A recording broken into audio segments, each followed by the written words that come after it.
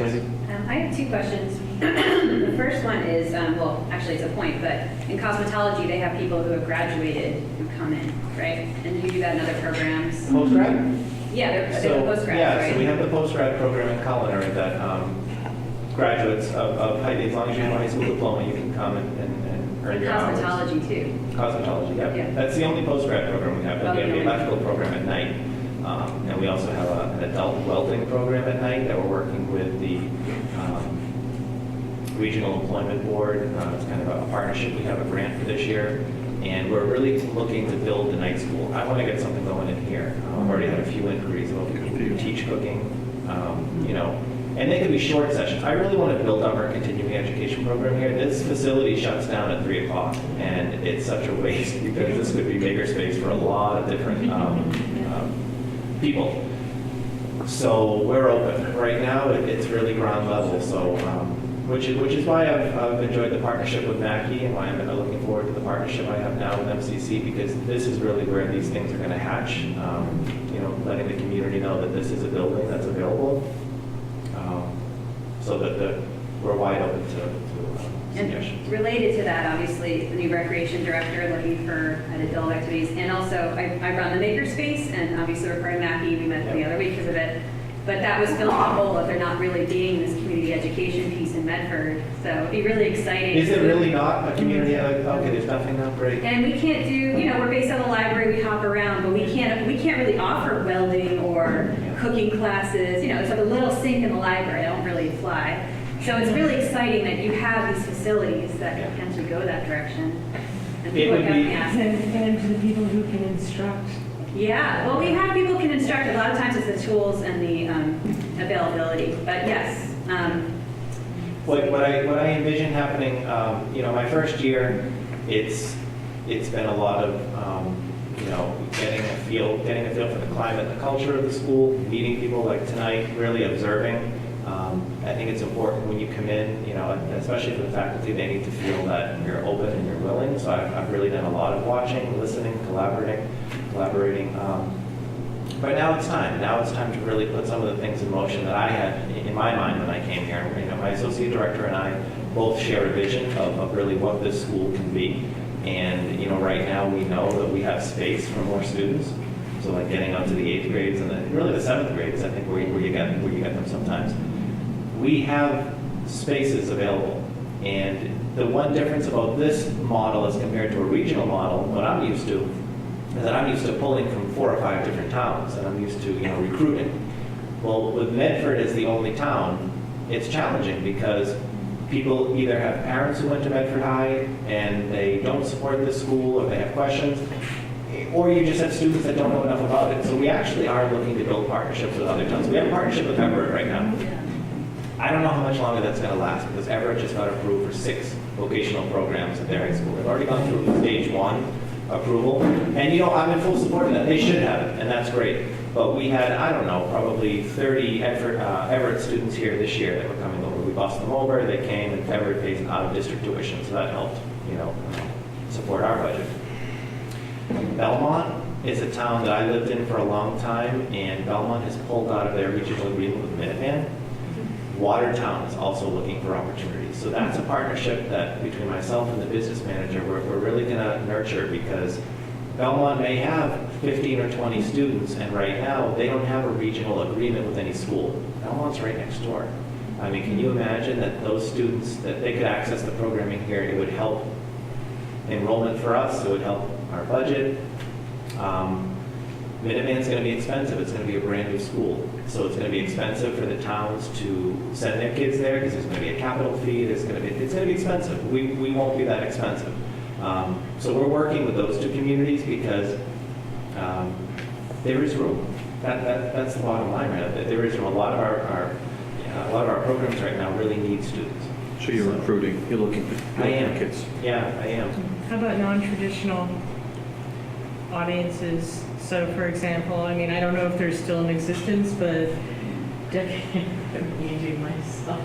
decades ago, I had a partnership in something else that I was doing with the International Institute of Boston. Mm-hmm. And they did a lot of, at the time, refugee resettlement. and they are probably looking for these types of opportunities for people coming here. So you'd have to look at not just the actual technical certification or skill, but also the language barrier, which makes it very dimensional and Yeah. interesting.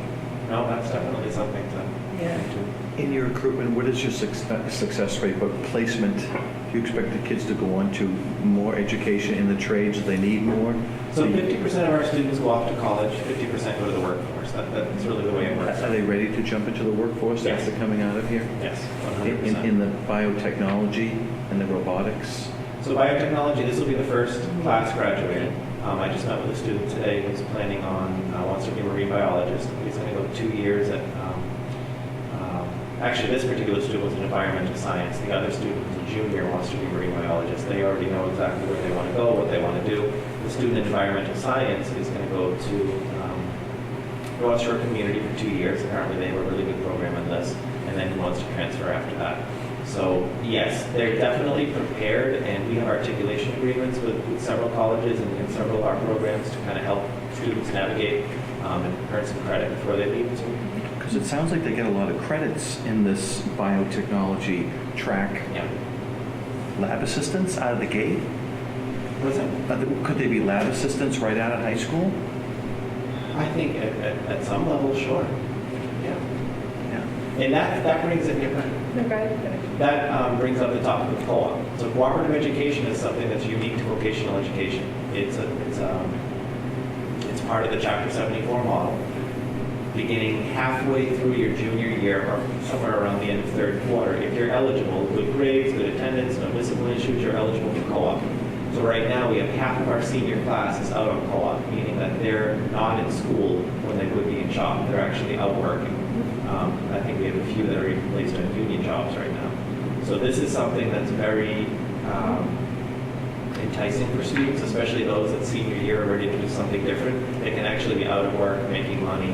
And we don't put anyone out. Very few times we'll put someone out on an unpaid internship. So most times we're looking for employers to hire them, to pay them, and then we're hoping that it moves into a permanent position after, which it does a lot of times. Yes.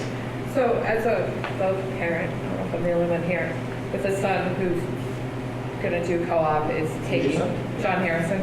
Oh, He just has we've talked on the phone a few times. Nice to meet you. who's also taking classes at Ben Franklin, who's doing a lot of this stuff. I'd like to know what are the absolute concrete things that will be changing or adding next year? Like not what has already been approved or what changes will we see in the programs for next year? Is there anything? Changes to existing programs? Yeah, like expanding the kind of. So what we're going through a coordinated program review with the Department of Education in the next month. So what that's going to do, so the things that we're planning on doing is really tightening curriculum, and really making sure that students are getting industry recognized credentials. So like to your point about are they ready? Well, we say they are. We want to make sure they are, and that's something that we're going to need to address and to make sure that the curriculum that the teachers are teaching, teachers also have to get out and go out to industry. We have to give them time to get out and see what is the latest equipment, what is the latest trends. So really making sure that the programs and the equipment is up to date. That's something that the CPR will show us when they come in.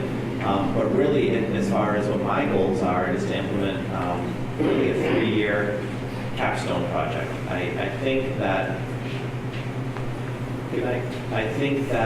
one thing we're not doing here is having students showcase what they do before they leave. So I did mention it to the faculty to let them know that next year we're going to be starting. It's really a 3-year component. That sophomore year you identify a project, you identify something within your vocational area. Junior year you do the research component, and then senior year you actually present. I've seen this work, and we did it, at my school that I was at 2 schools ago. And then if it's a culinary student, for example, and if their product was, organic ice cream, and that's going to be they're going to end up demoing it at the end of the year. Then we have people from industry come in to judge the product. I think involvement with as much of the industry as possible is what's going to keep these programs current. I think strengthening our articulation agreements with colleges, and I think making sure, because things are changing, and foreign language, which we've been able to get away with that for many years. I don't see that changing with the colleges, but they are requiring advanced science courses now, especially for the health and medical fields. So we have to make sure that we're providing these students with all the opportunities so that when they leave here, they are meeting the prerequisites for these programs. Yes? Are there any open houses coming up in the spring to There's show no off open the houses this year. So what I'm going to do now is, right now it's close, so with the middle school, we had an open house for the middle school families to come out. I've been to a few of the middle schools, and I think what we're going to do now is just continue to keep the line of communication open with parents. I have gotten a lot of calls as of recent. We're going to see what the numbers are like for the amount of students that choose the CTE, and then I'll probably do one final push within the next month, just to make sure that parents understand this is something you can explore. It doesn't hurt. If you decide it's not for you, then your son or daughter can easily go back to the traditional high school model. But really just keeping it, keep communicating to people that it is an option. CTE, again, was? Career and technical education. I have another question, and I learned this from the cosmetology students, but this choosing between the fine arts and career technology, do you think they might move towards letting every student be able to try it? Because like there's generalists, like I'm a generalist. When I was in high school, I would have, I did music, I was in the band geek, but I would have loved this, and I'm sure other students are like that. And also just the advantage to get practical skills, but then artistic education has its value, of course, as well. So you mean to be able to do both, perhaps? Yeah. Or like not make it a choice, honestly. So everybody can try it. That seventh period you were talking about, for me as a junior going into senior year, I'd love to see them get exposed to some of this in that same way the freshmen do. So if there's an after-school thing where maybe they learn how to cook a meal, change a tire. Yeah. I mean, it's kind of like just a little, nothing but a quick exposure to it 2 weeks or would be a great, valued asset to the kids. It's almost like doing your checkbook. They do math, but just to do a checkbook, just to cook a meal, just to change a tire. Parents' job. I know.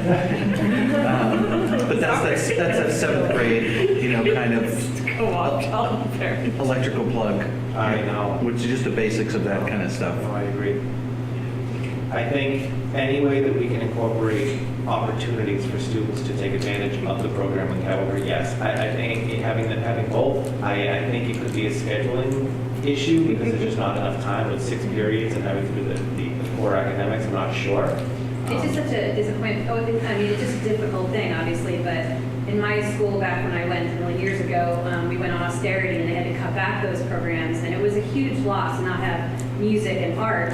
But then on the other hand, this is such an amazing experience, and it's just a little sad that half the school cannot take advantage of it if they decide to go towards the arts. So I just wonder, it'd be cool to guess to do 7th period, but this experience of having the 5 months of being in these programs, I kind of want to do it.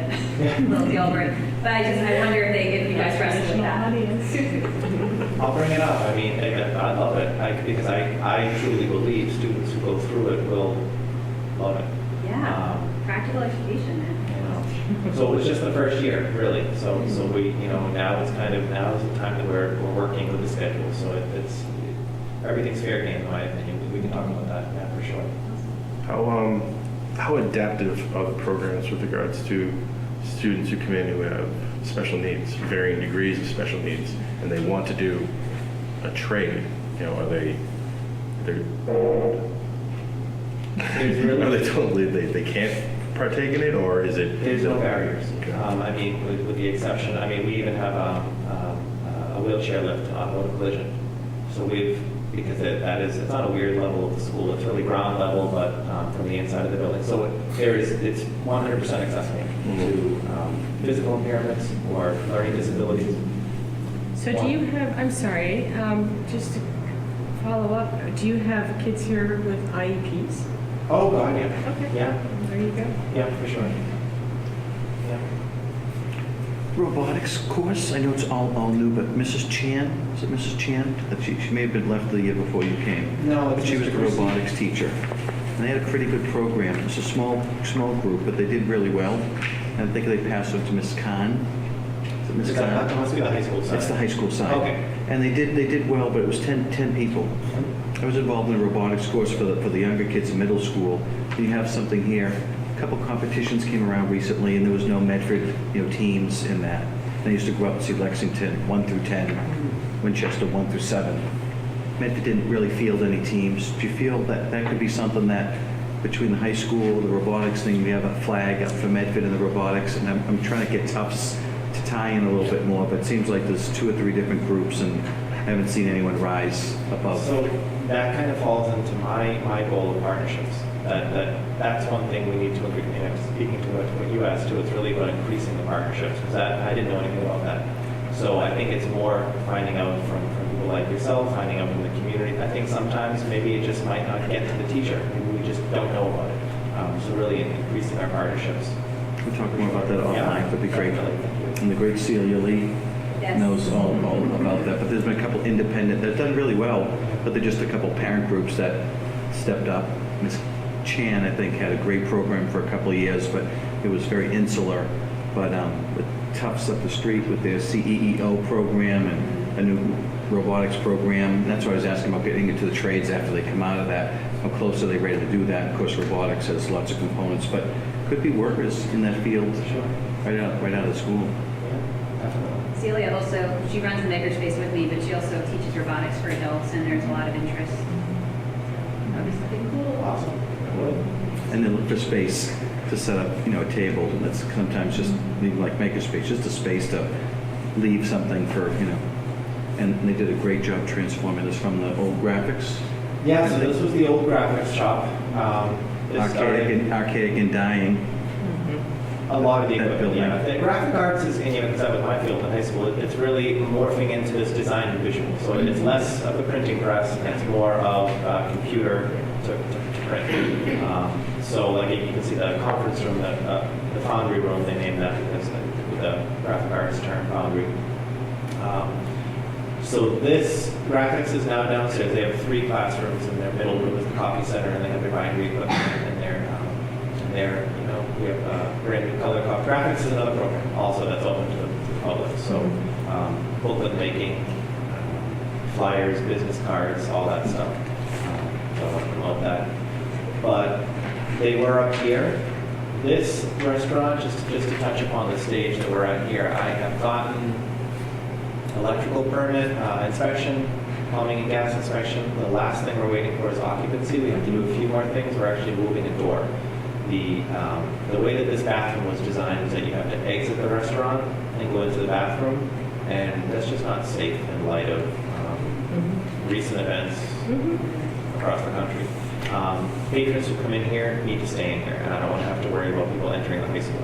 So we're going to kind of knock down the wall to the right of the exit here to have a door into the bathroom so that patrons don't have to leave and enter the high school. So that set us back a few weeks. There's been really one setback, one delay after another. I mean, I didn't want to be a general contractor, but I'm learning. I know a lot about industrial kitchens now that I never really thought I'd be doing. But so we're close. Will we open the school year? I don't know. We're a week away from April vacation. I hope we're at least open for a month, but it's going to take a lot. The students and the faculty need to be trained on the equipment. Yeah. So I don't know, but it will give us the time to be ready to go in September if that's the case.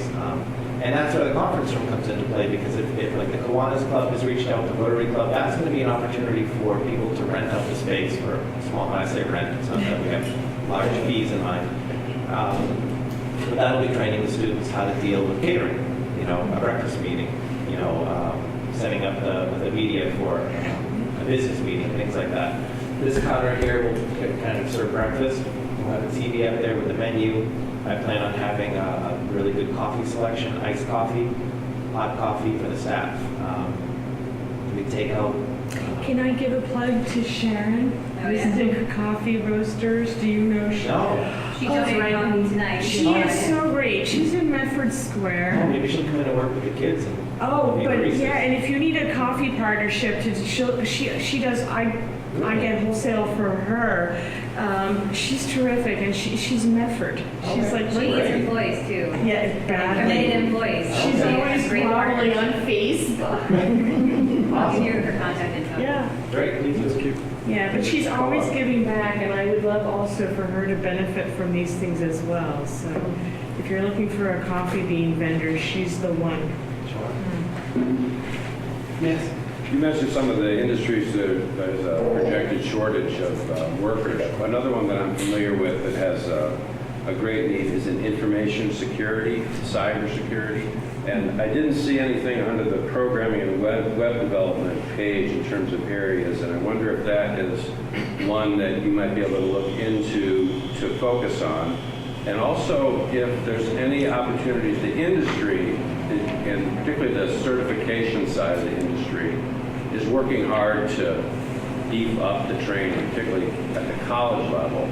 But I'm wondering if there are opportunities to have in a vocational setting where a company or somebody in this industry could fund a faculty person, because it's a specialized area, almost like at a college where they endow a chair for a faculty person. Could a company that wants to see young people get into this field, particularly women, because it's a male-dominated field as well, is that allowable? Could you have a conversation with a company that they could fund, I don't know how school budgets work and how unions work, but could they fund a staff person or provide a professional to provide some of the training in a specialized area? Yeah, and I mean, I think that's the benefit of our type of education is we can have the partnership with outside people like we do now with TEALS. TEALS is a corporation that comes in and like there are people, they're working with our programming and web department. These are people, there's one guy that works for Microsoft, there's one guy, they come in, they volunteer their time and they come in and they're helping with the computer science principles course, they're helping the teacher develop kind of a sustainable computer science curriculum. So we do have that availability more than a traditional high school would, because when we have the kids in front of us for a certain amount of time, we can block off time for someone from the outside to come in and present a lesson or help develop curriculum and be part of it. Sure, absolutely. Yeah, we can do that. I've talked a lot, and I'm sorry. I want, I'm really finally now. It's a lot coming into a new school, and it's a lot coming into a project like this, and really I'm at the point now where at least I have my footing and I know where we are. And like I said, my associate director, we make a good team because we both share a vision. We're both frustrated because we know how much more we could do, but we just running out of time with the school year. And we're working on the kinks with the integration. I mean, I think a lot of people have been, I don't necessarily think, I'm coming up with a newsletter just because I'm going to do a triannual newsletter just because there's not enough ways to really share what's going on. There were things that we all, not you guys, we as a school probably didn't communicate well enough, and that was the change of things like our guidance counselor in vocational high school. She moved to the high school. She still works with vocational students, but now they're going to, starting next year, they're going to be spread through all the counselors. We feel really good about that. We think it's going to be good for the kids, but it didn't relate perhaps well enough to the parents.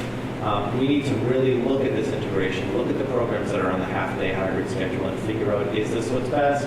Are we meeting the needs of the students? Are we still preparing students for the career?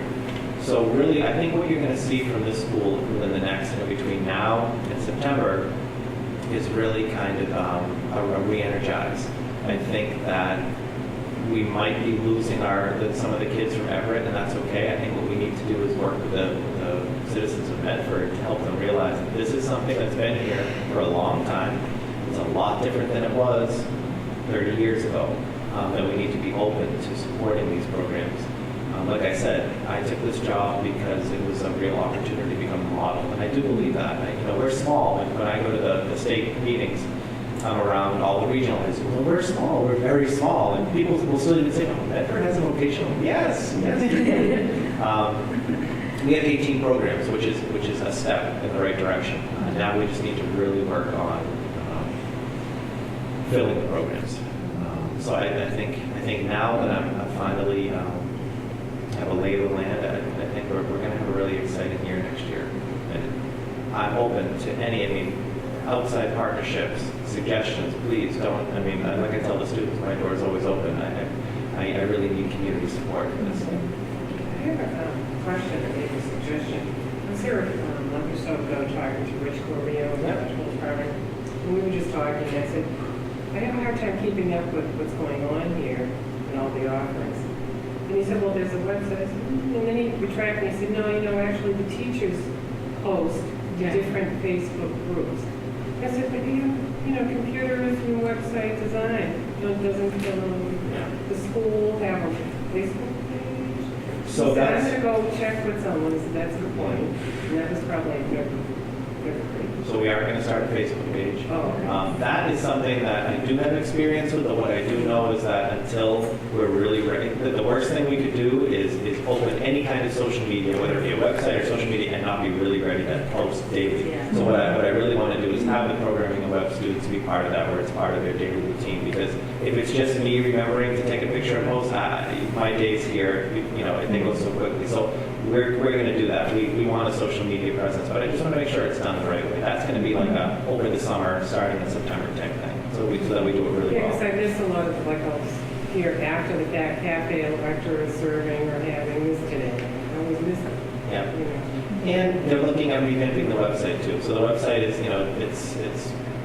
it needs some updating. So they're looking at that too. That brings up a good point. I can't remember who I spoke with. I think he runs the marketing department, but Right. I looked at the Mustang Mall. He had shown me after one of my hair appointments, and I was curious because he was like, "Oh, we're not sure what the logo on the sweatshirt."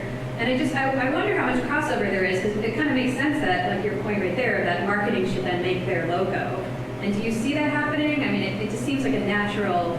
Oh, yeah. Let's help each other out, but it seemed like it was very So disconnected. you're saying systemic something. Well, also the Mustang Mall, they had this big, they were trying to get out in the community, but nobody knew about it. Yeah. And that's what I see with the hair and with Make Way for Kids. What is this program? What are you talking They don't about? know. I know people don't know about it. Yeah, and people are so excited. They're so hungry for this. They want this. So we can make it very busy. I love that. I could There's be more also of an advocate for our educational channel, which is 15. Yeah. And the kids just, there's some programs on, I see some of the teacher interviews in the morning. All that information, all the pages, just giant dump. Yeah. Just a giant dump on that page because it's just cyclical. And to know that there's going to be information on there is something that's there for the taking. Yeah. Yeah, for sure. And with the looking for positions for the kids in the web development and programming, the city needs a lot of help with communication Oh yeah. and a website. So having them actually go into City Hall and work with them, maybe just the value of building it from the bottom up Yeah. could be Project. wonderful for them, Yeah. and exposure So it's a to. win-win. Right? It's a The city's win-win. working on it right now. They just sent a survey out on their website. It would be awesome if you guys. I mean, it's probably not possible. And Maybe it is. Maybe it is. Yeah. We're starting over. Yeah, we are. We really are starting over. Not to give any disrespect to where the school's been, but I think it is fair to say we are starting over. Yeah. And I was just as a way to sort of tie everything together, I think, one of the reasons that the MCC wanted to meet with you and wanted to come here and sort of shine a light on what you're doing is exactly what you're saying. There's people in the community who don't know what's happening here. There's an outdated stigma to the vocational schools that just isn't happening, it's not reality anymore. And Tess is a beautiful example of that. And, this can be not only a place for people to learn, but a community place, a place for people to, to congregate and share ideas. And it just seems like what a wonderful way to use this space, both, and it can cover such a broad age range, when you're talking about high school age kids and then your vision of having, these facilities used after school's closed and in the evenings. It just seems like this could be such a hub for learning and for communication and for socializing. And when you have places like that in your community, it builds community, it builds empathy, it builds admiration for one another. And I think that any opportunity that we can have to foster that is going to be great. So from my vantage point of sitting here and listening to all of the things that you're saying and that you're open to ideas and that you're wanting wanting to reach out and develop partnerships. It's really inspiring, and we're so lucky. My son is a ways off, but he's 10 and he's very hands-on, and I can totally picture him coming here and doing something. I don't know what yet, but he's a builder. I can completely see him doing this, and it's really it makes me so happy to know that there are options for him if he's not super academically inclined. He might be, I don't know yet, but and even if he is super academically inclined, to just get in there and do something and make something and build something. And I think that there are a lot of parents who see those opportunities for their kids, and it's just really inspiring. And I look back, and I had a pretty traditional public high school experience, which worked for me, but I tried to get in to take an automotive class, and they wouldn't let me in. Really? I actually went to an informational thing about football. I smiled so that's when you were talking. There was a group of girls, and I went to like the football information meeting when we were trying to be like rebellious or whatever. And they wouldn't. And nobody was mean, but they just were like, we don't have girls on the football team. So to hear that we're far apart in age, but it's taken a little while, but to see that those opportunities are there for young women is really great. It's just this whole conversation has been incredibly inspiring, and we're so happy to have this school in our community. And I'm going to go out on a limb here and speak for the entire Medford Community Coalition board that we are excited to work with you and help you, and at the very least help with getting the word out about what you're doing, and hopefully partner with you guys in some way. This is a really special place. Thank you, I appreciate that. And you know what, I can't say it enough, I need the help and I need the support, because not only am I new to the community, but I'm new to the school district. So I'm meeting people every day, but a group like this is going to be really beneficial. We are a different type of school. So I need the support, I need the help, so I really appreciate that. I'm not afraid to ask. Thank you. Thank you.